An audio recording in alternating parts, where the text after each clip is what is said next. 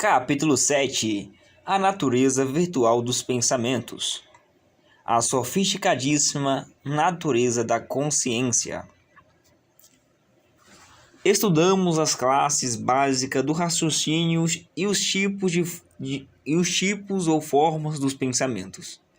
Agora estudaremos os mais complexos dos mecanismos de construção do eu, a indecifrável natureza dos pensamentos e, consequentemente, da consciência existencial. A natureza dos pensamentos interfere muitíssimo no progresso, alcance, qualidade, maturidade, eficácia do eu. Qual a distância entre um pensamento dialético e antidialético e um objeto pensado?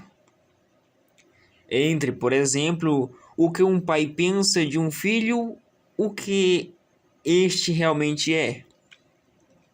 Fisicamente, a distância entre eles pode ser de alguns metros, mas em relação à natureza dos pensamentos, ela é infinita, intransponível.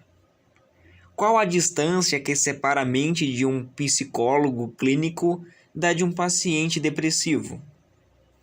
Suas poltronas podem ser separadas por um curto espaço, mas as duas mentes vivem em dois mundos completamente distintos. Os seres humanos vivem em universos paralelos por causa da natureza virtual da consciência existencial. Parece que entendemos as ideias, emoções, sonhos, pesadelos dos outros, mas o fazemos a partir de nós mesmos, pois vivemos em mundos mais distantes do que imaginamos. Pais e filhos, professores e alunos, executivos e funcionários, psicólogos e pacientes vivem numa solidão muito maior do que acreditam ou sentem.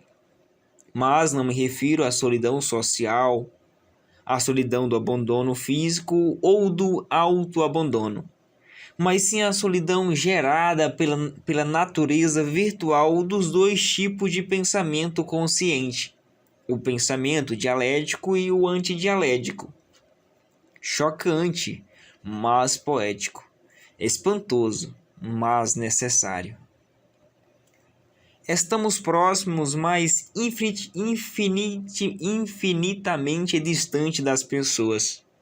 A virtualidade dos pensamentos pode nos abalar, mas sem ela jamais seríamos uma espécie pensante. Não desenvolveríamos uma consciência existencial tempo-espacial. Nunca resgataríamos o passado e menos ainda pensaríamos no futuro. Somente na esfera da virtualidade, os pensamentos conscientes se libertam da realidade concreta e partem para as raias da imaginação. Construímos nos sonhos ricos ambientes e personagens. Isso só é possível devido à natureza virtual e plástica dos pensamentos conscientes. O passado é irretornável e o futuro é irreal. Mas resgatamos o passado e nos alegramos ou nos culpamos com esse resgate. E construímos fatos futuros e somos estimulados ou amedrontados com essa construção. E novamente essa habilidade só é possível pela fluidez indescritível da consciência virtual. Se você fizer uma viagem e se afastar dos seus filhos e amigos, poderá recordar-se deles em seu psiquismo, lembrar-se de fatos e circunstâncias que viveram juntos. Se o pensamento tivesse a necessidade vital de incorporar a realidade do objeto no ato de pensar, não seria possível imaginá-los, porque seria preciso tê-los substancialmente na mente. A consciência virtual libertou o psiquismo humano para ter virtualmente as pessoas, se relacionar, conversar, recordar decepções e alegrias. Se não houvesse essa liberdade criativa e essa plasticidade construtiva na esfera da virtualidade, não nos recordaríamos das pessoas que amamos. Não sentiríamos saudade quando elas partissem. Não viveríamos o aperto da solidão, nem choraríamos. As lágrimas, sentimento de perda, mágoas, raiva, alegria, amor, ocorre porque há fascinantes diretores de cinema no estúdio de nossas mentes. O eu, como diretor principal, e o fenômeno do alto fluxo, como diretor coadjuvante. Eles leem as inumeráveis janelas da memória e na esfera da imaginação cria dramas, romance e comédia fascinantes, ainda que em alguns casos perturbadores. A esfera da virtualidade manipulou o psiquismo humano para pensar, criar, construir, mas também o aprisionou. A liberdade criativa e a plasticidade construtiva virtual trouxeram alforria para o imaginário humano, mas o colocaram numa grande armadilha. Como não temos a realidade do objeto pensado, podemos fazer diagnósticos completamente errados sobre eles. Como temos visto, podemos diminuir e minimizar ou até aumentar e maximizar o valor das pessoas. Podemos fazer análises, observações, julgamentos distorcidos. A esfera da virtualidade liberta o eu, mas paralelamente exige que ele pense com maturidade para prevenir atrocidades.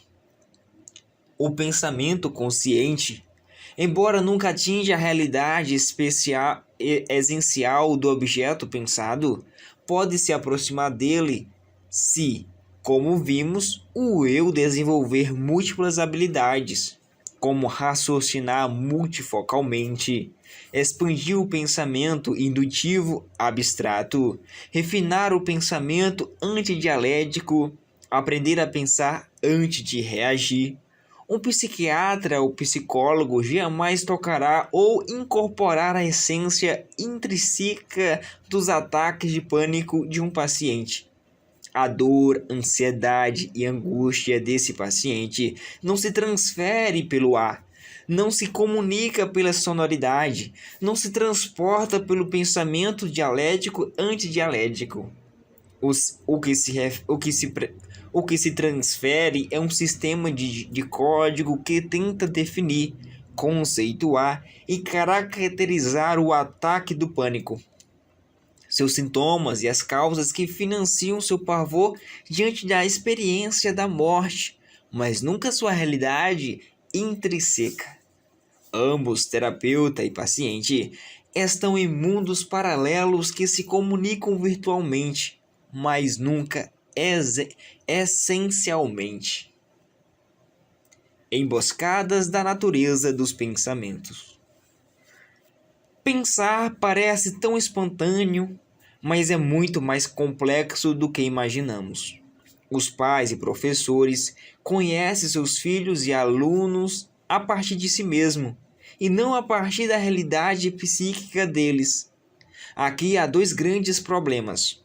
Além da distância intransponível gerada pela sua natureza virtual, a sua construção do conhecimento dialético-antidialético está sujeita a inúmeras distorções, o que expande esse distanciamento.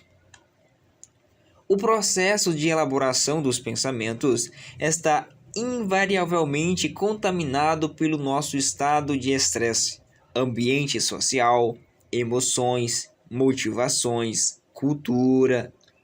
A verdade, portanto, é inalcançável pelo mundo dos pensamentos. Educadores que conhecem minimamente as armadilhas do ato de pensar julgarão menos e compreenderão mais. Serão mais ávidos em abraçar e mais lentos para rejeitar. Investirão Investirão não apenas nos alunos que tiram as melhores notas, mas também nos que têm péssimo desempenho. Saberão colocar limites para formar mentes livres e não servos para obedecer ordens. Por que há tantas pessoas radicais nas sociedades modernas?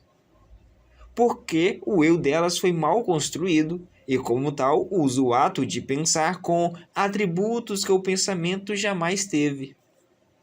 O pensamento consciente é virtual, jamais incorpora a verdade essencial, mas as pessoas extremistas, fundamentalistas, preconceituosas, dão status real ao pensamento virtual para excluir e ferir os outros. Essa é uma das maiores emboscadas em que o Homo sapiens cai ao longo do processo de formação da sua personalidade. Da próxima vez que virmos alguém fazendo julgamentos severos, excluindo pessoas, expressando intensa teimosia, não abrindo mão em hipótese alguma do que pensa, mesmo diante das evidências e do contrário, temo de ver neles defeitos graves na formação e no exercício dos papéis vitais do eu. O eu que desconhece a natureza e os limites dos pensamentos conscientes pode utilizá-los como um Deus.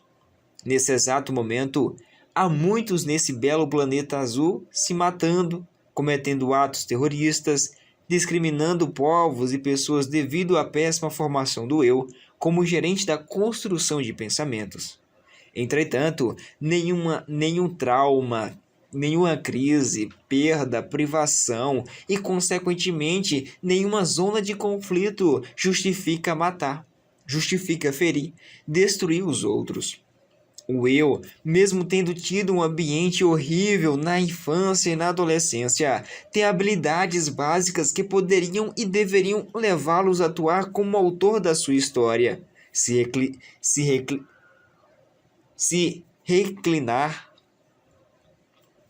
recliar, se reconstruir, se reinventar. Mas ele nem sempre exerce essas habilidades. Há jovens que cresceram em ambientes agressivos e se tornaram generosos, e outros que cresceram em ambientes generosos e se tornaram agressivos. Esses paradoxos não se devem apenas à carga genética, ao ambiente educacional ou às janelas que foram formadas na memória central e periférica, mas também à atuação do eu como gestor psíquico. Os computadores jamais experimentarão esses paradoxos, ainda que desenvolvam uma inteligência artificial notável. Por quê? Porque não têm e nunca terão um eu. Como aproximar os mundos psíquicos? Nada é tão inteligente como quando, em vez de apontar rápida e rapidamente a falha de alguém, procurarmos ampliar a área de leitura da memória, expandir as dimensões do raciocínio e procurar entender quem falhou, como falhou, por que falhou, em que circunstância falhou, que emoção sentia no momento da falha, qual o seu grau de consciência sobre as consequências de seus comportamentos. Nas relações sociais, deveríamos sair das raias do raciocínio simples unifocal e caminharmos na pista da produção mais nobre do raciocínio complexo multifocal. A virtude dos pensamentos exige uma maratona. Romances são destruídos pelo excesso de confiança do eu em julgar, apontar erros, excluir. Homens e mulheres não têm consciência de que pensar é um processo virtual e, por causa disso, usam seus pensamentos para invadir e controlar seu parceiro ou sua parceira. Relações entre pais e filhos são debilitados porque grande parte das correções que os pais fazem é destituída de um raciocínio mais elevado. Um educador brilhante sabe que nunca atingirá a realidade essencial dos seus filhos e alunos, mas apesar dessa gritante limitação, poderá encantá-lo com gestos, diálogos, sensibilidade, elogios. Poderá plantar janelas light duplo P que alicerçarão o eu dos seus educandos. Quem tem consciência da virtualidade dos pensamentos e seus processos construtivos é muito mais cuidadoso em julgar, e não apenas isso, é mais habilidoso em se proteger. Sabe que entre nós e os outros existe uma barreira invisível, virtual, que o eu desconhece e, por desconhecê-la, não a utiliza. Nenhuma ofensa, decepção, traição, provocação pode nos atingir, a não ser que permitamos, pois os mundos psíquicos não se comunicam essencialmente. E essa permissão advém de uma interpretação ingênua que incorpora a realidade a partir da virtualidade. Se me sinto ferido, chateado, angustiado pelo comportamento do outro, não foi o outro que invadiu minha emoção, pois ele emitiu pensamentos virtuais através de suas palavras e gestos, que não têm esse poder. Foi eu mesmo que construí minha mazela emocional. A raiva, o ódio, o ciúme, a inveja não se transportam essencialmente pelos códigos linguísticos e visuais. Precisam da cumplicidade do processo de interpretação do hospedeiro para se aninhar. Se alguém o ofender muitíssimo numa língua que você desconhece, não ficará perturbado, a não ser pelos gestos e pela tonalidade da voz. O eu que desconhece a barreira de proteção virtual paga caríssimo pelas frustrações causadas pelos outros. Algumas pessoas nesse exato momento estão querendo matar seu ofensor ou morrer porque foram humilhadas, sem saber que toda a dor que estão sentindo foi criada por elas mesmas. Aprender a não gravitar na órbita dos outros é fundamental para ter uma mente livre. Até psicólogos bem treinados podem se deixar invadir de maneira angustiante pelos seus filhos. Parceiro, amigo, reitero. Ninguém tem o poder de nos ferir, a não ser que permitamos ou que haja lesão física. A virtualidade dos pensamentos nos liberta e nos protege, mas não sabemos usar essa proteção. Se o eu dos professores em todas as escolas do mundo fosse equipado com esse conhecimento, eles resolveriam com muito mais facilidade os conflitos em sala de aula. Diante de um aluno que o agride, em vez de agir unifocalmente pelo fenômeno ação-reação, ele se protegeria e o surpreenderia com um raciocínio complexo, tal como: apesar de ter me decepcionado, eu aposto em você. Você não é mais um número na classe, mas um ser humano único com grande potencial para se superar. Além de se prevenir, o professor provocaria o psiquismo do aluno agressor, estimularia o fenômeno RAM a arquivar as janelas Light duplo P nas regiões mais nobres e centrais da memória dele, e estas estruturariam o processo de formação da personalidade do aluno, formariam uma mente saudável e altruísta. Um educador que conhece os mecanismos de funcionamento da mente e os utiliza poderiam prevenir suicídios, homicídios e a formação de psicopatas. Infelizmente, encontrei alunos traumatizados por alguns de seus professores, a ponto de não conseguir fazer provas, ler em público e expressar suas ideias com liberdade e conforto. A virtualidade, as variáveis e a verdade. Vamos retornar para a metáfora da pintura. Imagine que ela tenha uma bela paisagem. As imagens das nuvens, lago, montanhas representam pensamentos antidialéticos. E toda descrição ou discurso sobre a estética, feito por admiradores ou por críticos, representa os pensamentos dialéticos. Diante disso, pergunto: o que é essencialmente real? A contemplação das imagens, as descrições feitas por admiradores ou as críticas realizadas por especialistas? Nenhuma. De fato, não há nuvens, lagos e montanhas, nem as descrições são verdadeiras. Mas críticas bem fundamentadas não são reais? Depende do que definimos como verdade ou realidade. Se a realidade tiver o significado de verdade irrefutável, de natureza concreta do objeto descrito ou pensado, as descrições e críticas jamais serão reais. Os únicos elementos reais são os pigmentos da tinta e a estrutura do quadro. Nessa metáfora, os pigmentos da tinta, como comentei no capítulo anterior, representam o pensamento essencial, que é inconsciente, e o quadro representa a mente humana. Por ser substancial, é o pensamento essencial que fundamenta a produção dos pensamentos conscientes e virtuais, sejam eles dialéticos, sejam antidialéticos. Não sabemos como ocorre esse processo no inconsciente. Os pensamentos essenciais funcionam como matrizes ou como pista de decolagem para os pensamentos conscientes se libertarem. Quando assistimos a um filme, não temos a consciência das ondas eletromagnéticas, mas apenas dos personagens e ambientes criados a partir delas.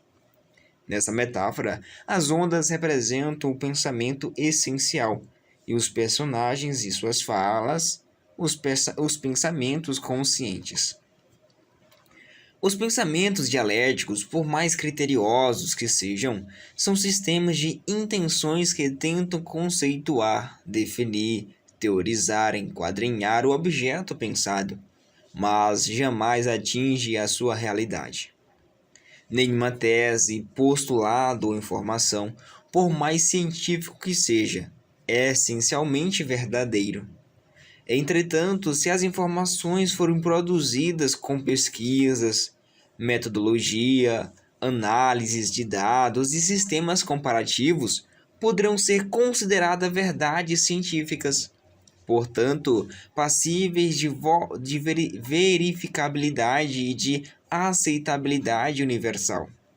Mas, independentemente de todos os critérios, se estudarmos a natureza e a lógica da construção do conhecimento, saberemos que a verdade científica não é a verdade essencial, absoluta, eterna.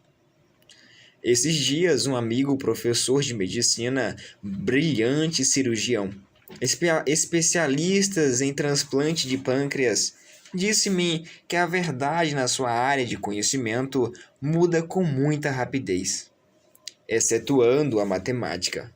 A verdade irrefutável é um fim inatingível na ciência.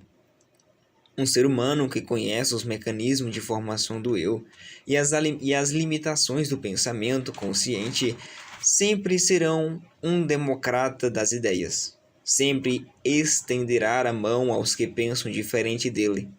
Há muitos pequenos ditadores nas empresas, escolas, sociedades, porque eles desconhecem o funcionamento da mente e os mecanismos que constroem o eu. Jamais uma tese ou crítica jornalística, política, literária, artista tem caráter verdadeiro. Muitos críticos estão despreparados para exercer a crítica, ainda que sejam peritos na sua área de atuação. Carregam nas palavras, agem como pequenos deuses que hesitam a bandeira da verdade. Toda crítica deveria conter obrigatoriamente essas expressões técnicas. Eu posso, eu creio, em minha opinião. Caso contrário, jornais e revistas serão autoritários mesmo em sociedades democráticas. E não poucas vezes o são, ainda que não intencionalmente. Os críticos deveriam saber que seus textos, além de contaminados pelo momento histórico, cultural, emocional, são fundamentados na realidade virtual e não na realidade essencial do objeto criticado. Ainda que não perceba, o crítico fala muito mais de si mesmo do que do objeto que descreve, seja este um filme, um livro ou uma obra de arte. Ambos vivem solitariamente. Entre um crítico e o objeto criticado, há o antiespaço virtual que só pode ser aproximado com critérios inteligentes e alicerçado na democracia das ideias. Mas em que faculdade de jornalismo se ensina as armadilhas do pensamento e os papéis fundamentais do eu? Essas armadilhas ocorrem em todas as esferas profissionais, em destaque aquelas em que há um trabalho intelectual intenso e saturado por altos níveis de estresse. Lembro de que um diretor de uma grande companhia de petróleo me pediu que orientasse seu time de geólogos. Por estarem apreensivos e quererem se destacar na companhia, alguns deles gastavam mais de 50 milhões de dólares para perfurar um poço com baixa probabilidade de conter petróleo. O eu, sob as labaredas da ansiedade, pode dar um caráter real ao pensamento virtual. O eu não é virtual, mas um fenômeno real, concreto, tal como a emoção ou os demais fenômenos que leem a memória. Mas como centro consciente da psique, como gestor da mente humana, ele usa o pensamento virtual para conhecer a si e ao mundo e para se expressar. O problema ocorre quando o eu, desconhecendo a natureza dos pensamentos, dá um crédito fatal a eles. Uma barata pode se transformar no monstro, embora seja inofensiva. Um avião pode ser perturbador, embora estaticamente seja um meio de transporte mais seguro. Certa vez, uma mulher que amava muito seu parceiro brincou com a sexualidade dele. Disse que ele não era homem. O eu dele, emocionalmente imaturo e machista, sentiu-se profundamente ofendido. Deu crédito fatal para a brincadeira da mulher e procurou se vingar dela. Traiu-a. E contou por que a traiu. Transformou uma relação razoavelmente estável numa relação conflituosa, à beira da falência. Há muitas pessoas que têm uma idade emocional atrasada em relação à sua idade intelectual. Intelectualmente, elas têm 25, 30, 40 ou 50 anos de idade, mas emocionalmente não passa de adolescentes. Tudo ocorre às mil maravilhas no campo da razão, mas quando adentram o terreno da emoção, afundam-se. Possuem em muitos casos um bom raciocínio lógico, mas não sabem ser contrariadas, criticadas, sofrem perdas, frustram-se ou decepcionam-se. O eu comete erros grosseiros quando se torna um menino para administrar os focos de tensão no campo afetivo, social e profissional. Nesses focos, constrói crenças falsas e toma atitudes inadequadas. Gerenciar a ansiedade é fundamental para fazermos escolhas inteligentes. A ansiedade tem nos deixado em débito nas relações sociais. Débito de generosidade, compreensão, paciência, tolerância. Não conheço uma pessoa que não tenha tais débitos com aqueles que mais amam. E não poucas têm um débito enorme consigo mesma. Tem uma péssima relação com o seu próprio ser. Causas da socialização. Quais as causas da nossa socialização? Por que o Homo sapiens não consegue viver só? Por que o ser humano não se isola? Mas os autistas não se isolam? Sim, mas não porque querem, e sim porque os mecanismos de construção do seu eu estão comprometidos. Por terem um déficit na atuação do fenômeno RAM e, consequentemente, um déficit na formação da memória MUC e da memória ME, e, consequentemente, um déficit na construção da construção de pensamentos. Imagens mentais e fantasias a partir do fenômeno do alto fluxo. Se produz também um déficit na formação do eu e de suas pontes sociais. O resultado é um isolamento social. O aumento dos níveis de ansiedade, expresso por movimentos repetitivos. Se o córtex cerebral de uma criança autista estiver preservado, podemos usar a técnica da teatralização da emoção constantemente para desbloquear a atuação do fenômeno RAM. Super relogiando cada gesto positivo ou demonstrando entristecimento quando a criança nos decepciona, mas sem jamais usar a punição. Essa técnica, se repetida diariamente diversas vezes por todas as pessoas que têm contato com a criança autista, é decepcionante porque muitas não colaboram. Pode contribuir para formar um rol de janelas da memória MOOC capazes de estimular o fenômeno do alto fluxo, promover, ainda que com limites, a construção do eu e financiar pontes sociais razoáveis. Excetuando doenças como as autistas, o ser humano é marcadamente um ser social. Mas os anacoretas, budistas, monges, não se enclausuram? Sim, eles se enclausuram para fins místicos. E ainda que não convivam com ninguém fisicamente, convive com muitos personagens construídos em seu psiquismo. Criam, inclusive, complexas situações sociais em seu imaginário. E os pacientes psicóticos, eles não se isolam? Não, a não ser que tenham uma depressão gravíssima, catatônica, em que seus pensamentos são embotados. Frequentemente, os pacientes em surto psicóticos têm uma riquíssima socialização em seu psiquismo, mesmo que perturbadora. Ainda que tenham perdido os parâmetros da realidade, constroem seus delírios e alucinações múltiplos personagens para romper o cárcere da solidão social da consciência virtual. Há 3 grandes causas que financiam a socialização humana, e elas alicerçam 4 tipos de solidão. Vou comentar sinteticamente essas causas e me ater nesse livro aos tipos de solidão. A primeira causa da socialização envolve as necessidades afetivas, a busca de proteção e a promoção da sobrevivência.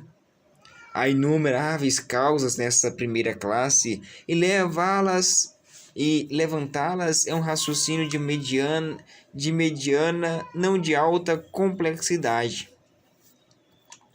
A cooperação social, as atividades profissionais e as relações interpessoais reforçam os mecanismos de recompensa, prazer, segurança, proteção, troca. A segunda grande causa da socialização humana se deve para as matrizes de janela da memória MOOC, que é o centro consciente da memória, e na memória ME, que é a periferia inconsciente, que fundamentam a arquitetura, a representação e, consequentemente, a importância das pessoas. Não nos relacionamos com as pessoas apenas porque elas existem e são concretas, mas também porque estão representadas e têm significados em nossa memória. Se um pai precisa aumentar muito o tom de voz para se fazer ouvir, é porque sua imagem foi mal formada nos solos da memória dos seus filhos. Se tivesse sido bem formada, um tom de voz brando bastaria para obter um grande impacto emocional. Professores que precisam gritar ou se esgoelar em sala de aula para serem ouvidos também não foram bem construídos na memória MOOC e na memória ME dos seus alunos. As pressões, as ameaças de punição, as comparações de um aluno com o outro, usadas por muitos mestres, são reflexos da debilitada arquitetura desenhada no psiquismo dos seus educandos. Não há dúvida de que, nesses tempos modernos, pautados pela intensa ansiedade decorrente da síndrome do pensamento acelerado, pelo consumismo e pelo excesso de atividades, é muitíssimo difícil realizar esse desenho psicoarquitetônico. Falando especificamente sobre a memória MOOC, ela é a área mais importante para subsidiar os raciocínios corriqueiros usados nas relações sociais diárias, tanto unifocais, lógico-lineares, como multifocais, abstrato, indutivo e dedutivo.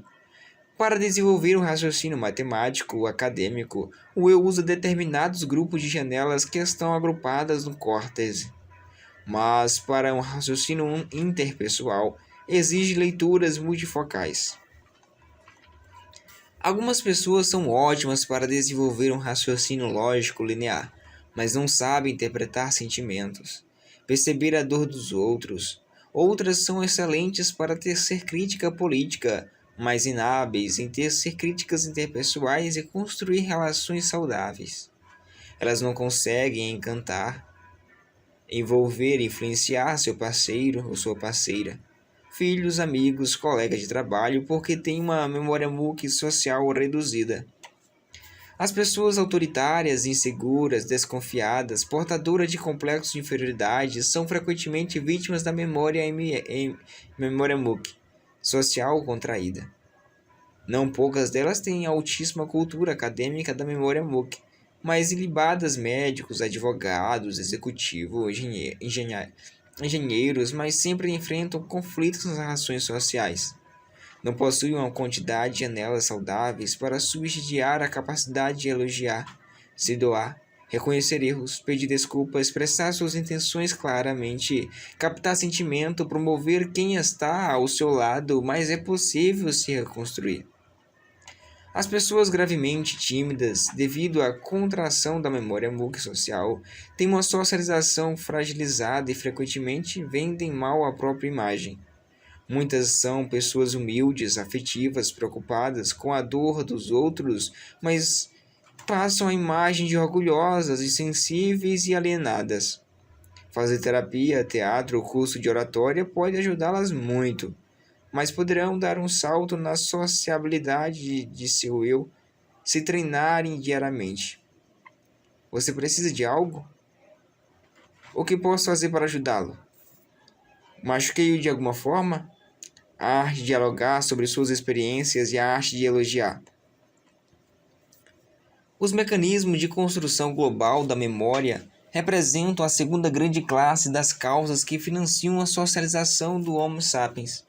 Levantar essas causas e compreendê-las é um raciocínio de densa complexidade multifocal. A terceira grande classe de causas da socialização se deve à solidão social paradoxal da construção virtual. Ali se exige um raciocínio de altíssima complexidade. Em primeiro lugar, por que solidão paradoxal? Porque de fato é um paradoxo, um contraste. Estamos fisicamente próximos das pessoas, mas infinitamente distante delas. Por serem virtuais, os pensamentos conscientes, sejam dialéticos, sejam antidialéticos, produziram uma inimaginável solidão. Estamos socialmente sós, sempre sós, invariavelmente sós, mesmo que rodeados de milhares de pessoas.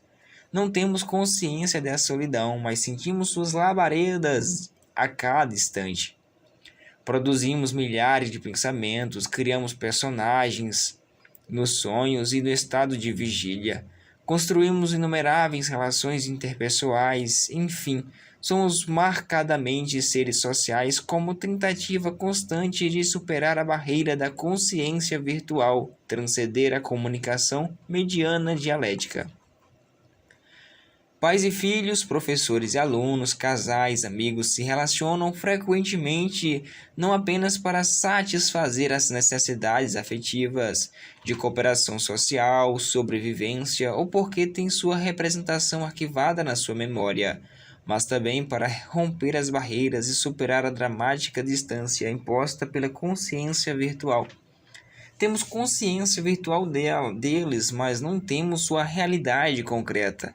sua essência. Lembre-se da metáfora do quadro. Temos a imagem antidialética e a descrição, a definição e o conceito dialético, mas não os pigmentos da tinta. Por mais próximo que estejamos deles, ainda estamos em universos paralelos, virtualmente separados. Não estranhe esta frase, mas reflita sobre ela. A impossibilidade da incorporabilidade da substancialidade psíquica dos outros pela racionalidade na esfera da virtualidade produz mundos paralelos, onde estamos próximos e infinitivamente distantes. Como esse assunto é de extrema complexidade, vou discorrer agora sobre os 4 tipos de solidão para explicá-lo melhor. Embora os 2 primeiros tipos de solidão, a solidão social e o autoabandono, também ocorram pela barreira da consciência virtual, os dois últimos a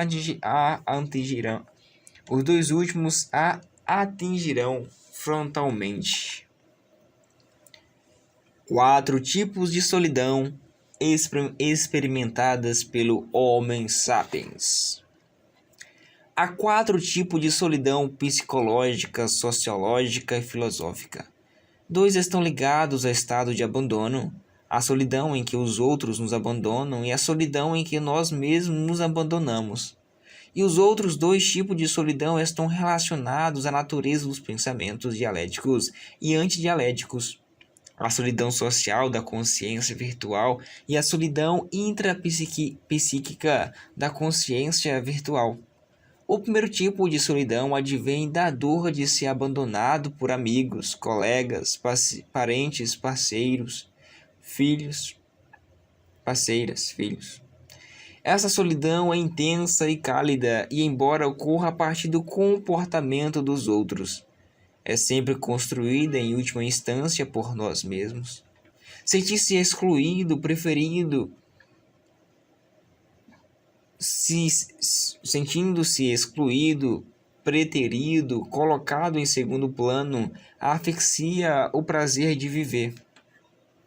Doar-se e não ter o retorno, amar e não ser correspondido, se entregar e ser traído, são experiências que confeccionam uma dor emocional dramática, principalmente se o eu se colocar como vítima, como o mais desprivilegiado dos seres. Há mulheres que têm seu parceiro como um Deus. Perdê-lo é como perder o ar que respiram e o sentido que impele sua existência. Um eu autônomo, ainda que sofra o drama da solidão social, jamais gravita na órbita dos outros. Jamais perde sua liberdade em função de algum abandono. A segunda trata da solidão do autoabandono. É a solidão do eu que desiste de si mesmo, que se entrega ao seu pessimismo, conformismo, morbidez, humor depressivo, fobia social, agorafobia, obsessão, impulsividade, timidez grave. Essa solidão é muito mais angustiante do que a social e pode ser um estágio mais avançado dela. Se o mundo me abandona, mas eu não me abandono, a solidão é suportável. Mas se as pessoas me rejeitam e eu também me desprezo, a solidão é intolerável. Pessoas cronicamente deprimidas podem se auto-abandonar por acreditar que estão condenadas a viver miseravelmente, que jamais resgatarão o prazer de um viver estável e duradouro. Do mesmo modo, pacientes portadores de síndrome do pânico, anorexia nervosa, transtorno obsessivo, farmacodependência e outros transtornos que se arrastam durante anos poderão entrar na esfera da inércia e se auto-abandonar. Há pessoas que têm 2 ou 3 fracassos profissionais e se abandonam. Chamam-se de incapazes e programados para o derrotismo. Há outras que passam por uma sequência enorme de fracassos, mas não desistiram dos seus sonhos nem chafurdaram na lama do conformismo. O eu se auto-abandona tem crença. O eu que se auto-abandona tem crenças terríveis e falsas. entre as quais a de que esgotou o leque de tentativa de superar seus conflitos e não encontrará dias felizes. A pior doença não é a doença do doente, mas o eu do doente. Por mais grave e crônica que seja uma doença, o eu tem potencial para reeditar o filme do inconsciente, reorganizar as janelas traumáticas poderosas e reescrever sua história. O terceiro tipo de solidão trata-se de uma experiência mais íntima, incompreensível e impactante. É a solidão da consciência virtual. Como comentei, entre nós e o mundo social e físico existe um espaço insuperável. Vivemos em muitos mundos paralelos que se comunicam virtualmente. Por que o Homo sapiens desenvolveu o ato de beijar? Porque ele descobriu intuitivamente que os beijos vencem a barreira da virtualidade e nos coloca diretamente em contato uns com os outros. Ao longo das gerações mudam-se as roupas, a maneira de falar, de se expressar, de interpretar, mas o beijo, esse ato antiquíssimo, jamais caiu ou cairá em desuso. Os beijos, os abraços, os toques, as carícias e as relações sexuais rompem a barreira da virtualidade dos pensamentos conscientes e nos colocam em contato físico direto com as pessoas. A consciência de que pensamos e somos um ser único no teatro da existência é a única conquista da mente humana. Mas essa consciência, por ser virtual, nos afastamos de tudo e de todos. O pensamento virtual, por um lado, libertou nosso raciocínio e nosso imaginário. Por isso podemos sonhar, criar personagens, imaginar o futuro, mas por outro, nos colocar numa tremenda solidão. Todas as relações que construímos ou criamos em nosso psiquismo têm por objetivo superar a solidão paradoxal da consciência virtual. De acordo com a teoria da inteligência multifocal, o ser humano não é um ser social apenas porque ele é educado para sê-lo. Pelas necessidades afetivas, de cooperação e sobrevivência, nem somente pelo pool de experiências arquivadas no córtex cerebral ao longo do processo de formação da personalidade, mas sim pela ansiedade vital, intrínseca e inconsciente de romper o cárcere da virtualidade da consciência. Por ser virtual, nos afastou de tudo e de todos. O pensamento virtual, por um lado, libertou o nosso raciocínio, o nosso imaginário. Por isso podemos sonhar, criar personagens, imaginar o futuro, mas por outro nos colocou numa tremenda solidão. Todas as relações que construímos ou criamos em nosso psiquismo têm por objetivo superar a solidão paradoxal da consciência virtual. De acordo com a teoria da inteligência multifocal, o ser humano não é um ser social apenas porque ele é educado para sê-lo. Pelas necessidades afetivas, de cooperação e sobrevivência, nem somente pelo pool de experiências arquivadas no córtex cerebral ao longo do processo de formação da personalidade, mas sim pela ansiedade vital intrínseca e inconsciente de romper o cárcere da virtualidade da consciência.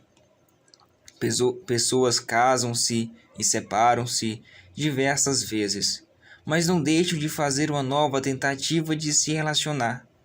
Que ser humano é este? Que sabe que construir relações lhe dá muitas dores de cabeça, mas ainda assim nunca deixa de construí-las? Compreender as causas dessa solidão é um raciocínio complexo, multifocal, indutivo, abstrato. Reis precisam de bajuladores e bajuladores precisam de reis. É desgastante frequentar estádios, clubes, cidades superpopulosos, mas isso movimenta a emoção e dá prazer. Os adolescentes se atritam e as crianças se engalfinham, mas vivem frequentemente grudadas umas às outras. O excesso de atividade, de informação, de consumo pode expandir excessivamente os níveis de ansiedade, que por sua vez expande a insatisfação gerada pela solidão da consciência virtual, Relacionam-se muito, mas se tem migalhas de prazer. Quem gerencia seus pensamentos, dialoga, abraça, elogia, se doa, brinca, tem muito mais possibilidade de superar a solidão social da consciência virtual e, consequentemente, tem mais habilidade de superar a solidão social gerada pelas decepções, perdas, rejeições, traições, abandonos. Que não exige muito dos outros, nem de si, nem tem muito mais versatilidade e relaxamento nesse processo. De outro lado, quem fica ensimesmado, isolado, entrecheirado em sua insegurança, com medo de falar de si mesmo, com dificuldade de se entregar e divertir seus sentimentos, pode ver níveis mais dolorosos da solidão da consciência virtual. Mas há exceções, em especial de tais pessoas amarem as artes, a escrita, a música, enfim, se tiverem atividades que compensam as trocas sociais. Escritores, por mais incomuns que sejam, libertam seu imaginário não apenas para construir protagonistas de suas tramas, mas também para se entreter com sua própria história. Samuel Beckett era antissocial, mas seus personagens e a projeção do seu próprio eu nesses personagens de alguma forma o socializavam. Essa fascinante e inimaginável solidão faz com que nosso eu simplesmente não consiga viver só, um processo maravilhoso e completamente inconsciente. É a primeira vez que toco nessa produção de conhecimento. Desenvolvi-a sistematicamente há mais de 15 anos, e por ser difícil traduzi-la, só agora, no meu 30º livro, abordo no tópico seguinte, discorrerei sobre o quarto tipo de solidão, a solidão virtual do eu. Vimos que a consciência virtual produz a solidão social e uma procura desesperada pelo outro. Agora, precisamos ver que ela também produz a solidão do eu em relação a si mesmo. A solidão do eu. A consciência virtual não apenas nos distancia irremediavelmente do mundo em que estamos, mas também do mundo que somos. Tudo o que pensamos sobre nós mesmos é um sistema que conceitua, define e tenta caracterizar-nos, mas nunca alcança a nossa realidade intrínseca. Em destaque a emoção. O eu está virtualmente distante das pessoas que o circulam ou circundam. Mas quando usa o pensamento para pensar em si mesmo, também o está. Esse é o quarto tipo de solidão enfrentado pelo Homo sapiens, essa espécie incrivelmente complexa e dramaticamente solitária. Apesar de todas as consequências, Felizmente somos assim. O pensamento consciente é virtual, mas a emoção é real, substancial, concreta. Não importa como a pensamos e interpretamos, ela é sempre real, sentida, vivida, experimentada. Uma pessoa pode ser um brilhante psicólogo ou psiquiatra. Pode analisar com critério e maturidade seus medos, alegrias, dinâmica emocional, mas nunca seus pensamentos alcançarão a sua realidade emocional. Pode pesquisar os fenômenos que constroem os próprios pensamentos, esquadrinhar a história da formação da sua personalidade e mapear todas as suas janelas e zonas traumáticas. Mas haverá sempre um anteespaço entre seu pensamento e sua essência. Entre o que somos e o que pensamos ser, há uma barreira virtual paradoxal. Estamos próximos e infinitamente distante de nós mesmos. Mas isso não é angustiante? Depende.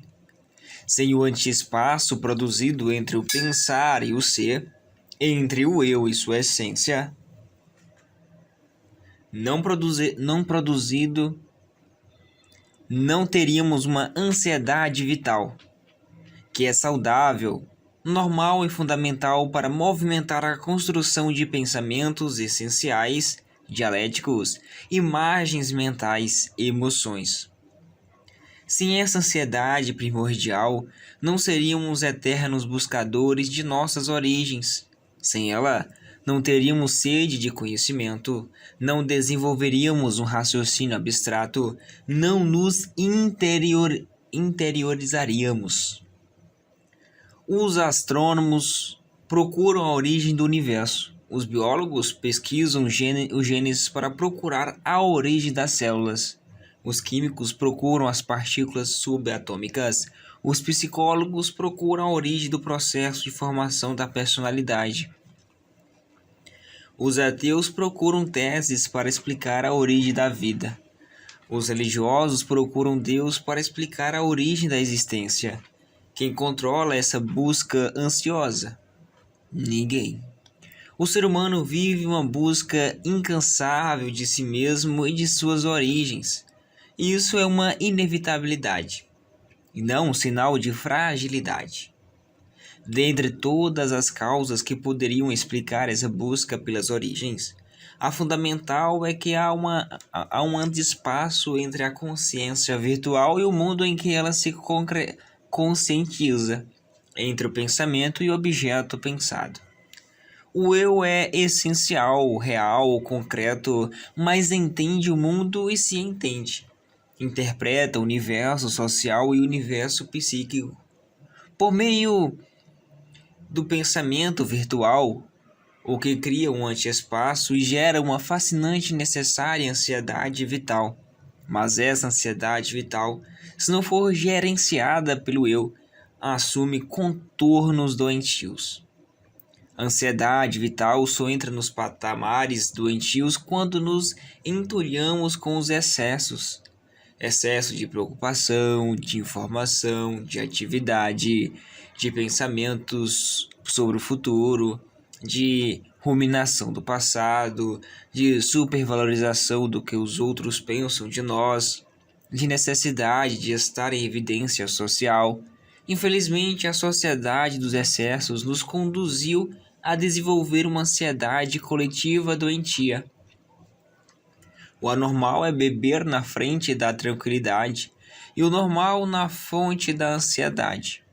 Muitos sentem um vazio existencial inexplicável, mesmo sendo reconhecidos socialmente ou estando debaixo dos holofotes da mídia.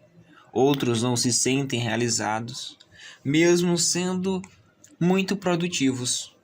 Milhões de jovens insatisfeitos em seu psiquismo projetam essa insatisfação no consumismo desesperador. Quanto mais consomem, menos prazeres têm.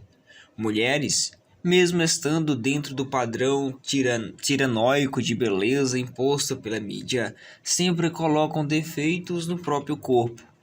Há muitas pessoas que se sentem solitárias mesmo em meio a multidões, aplausos, assédio, brilho social, e não conseguem entender por que se sentem assim.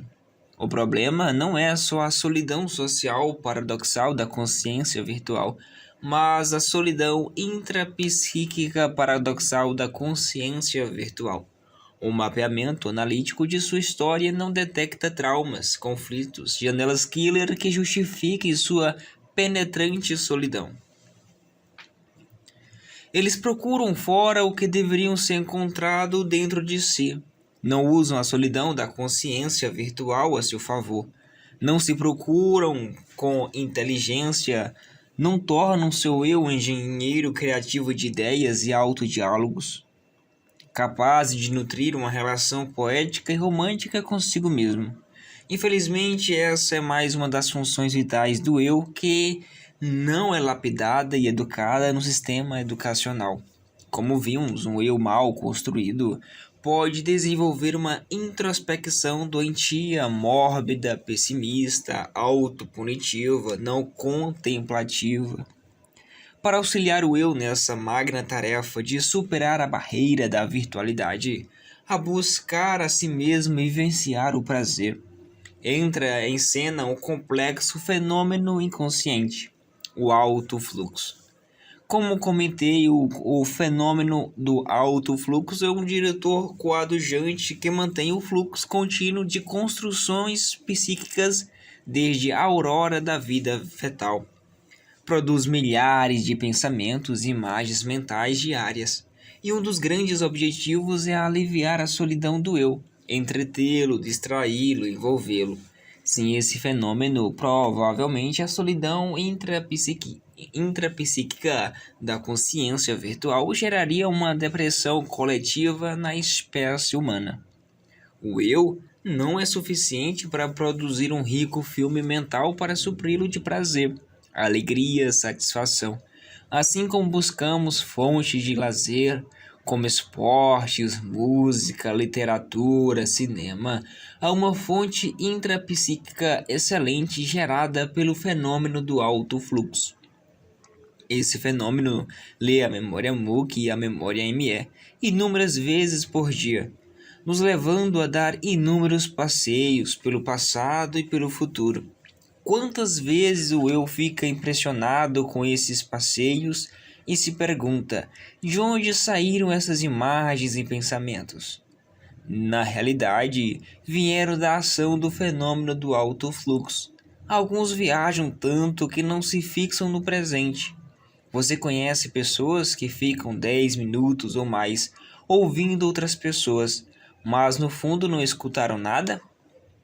Se o fenômeno do alto fluxo falha, seja por pensar excessivamente, gerando a síndrome do pensamento acelerado, ou por produzir pensamentos pessimistas, mórbidos, autopunições, autocobranças, enfim, por não produzir pensamentos e imagens mentais prazerosas, sentimos angústia, ansiedade, inquietação e vazio existencial não poucas vezes inexplicáveis. Do mesmo modo, quando eu não qualifica ou gerencia os pensamentos e emoções que ele mesmo produz, pode se tornar vítima desses construtos. O eu necessita do alto fluxo como a maior fonte de entretenimento humano. Mesmo quando dormirmos, esse fenômeno produz um incrível roteiro nos sonhos. Cada sonho é uma história. Quem liberta adequadamente nutre o fenômeno do alto fluxo, vive uma grande aventura, uma existência saturada de sabor, imaginação, criatividade. O que os bebês ficam fazendo com seus olhares fixos? Libertando seu imaginário através da ação do alto fluxo. Porque as crianças têm curiosidade. Porque os poetas fazem suas poesias, não apenas para discorrer sobre nuances para se aproximar de um modo diferente do mundo, mas também de si mesmos. A eterna procura do eu. Nosso eu tem um poder embotado, contraído, minimizado, que se for liberto e exercitado, pode transformar as falhas em oportunidade para crescer. O desprezo pode ser transformado em nutriente para ser forte, as pedras em canteiro para cultivar alegria, as crises em possibilidade de escrever o mais belo romance com a existência. Num dos meus romances psiquiátricos, O Futuro da Humanidade, um dos personagens, o Falcão, um filósofo, é vítima de surtos psicóticos. Infelizmente, foi banido da sua universidade, sociedade, família. Mas seu eu, em meio à sua confusão mental, foi atrás do mais notável de todos os endereços, um endereço dentro de si mesmo. E lá, ele descobriu e se tornou íntimo da arte da crítica e da dúvida. Atravessou inimagináveis desertos psíquicos e se reorganizou, fez as pazes consigo mesmo. Observe o movimento humano. Alunos estudando, casais se amando, amigos dialogando, religiosos meditando, orando, ativistas lutando pelos seus direitos, políticos apontando caminhos, cientistas pesquisando, todos procurando os mais diversos endereços. Essa é a essência do que somos, e nada é tão fascinante. Podemos e devemos percorrer muitos caminhos, mas, em especial, deveríamos ser caminhantes que andam no traçado do tempo em busca de si mesmo. A virtualidade da consciência existencial nos introduz no oceano inimaginável da solidão paradoxal, onde estamos próximos, mas infinitamente distante de tudo. Esse oceano solitário nos impele a buscar ansiosamente a nós mesmos e aos outros, sem o que o Homo sapiens seria um ser errante, ilhado e não incontrolável e maravilhosamente social.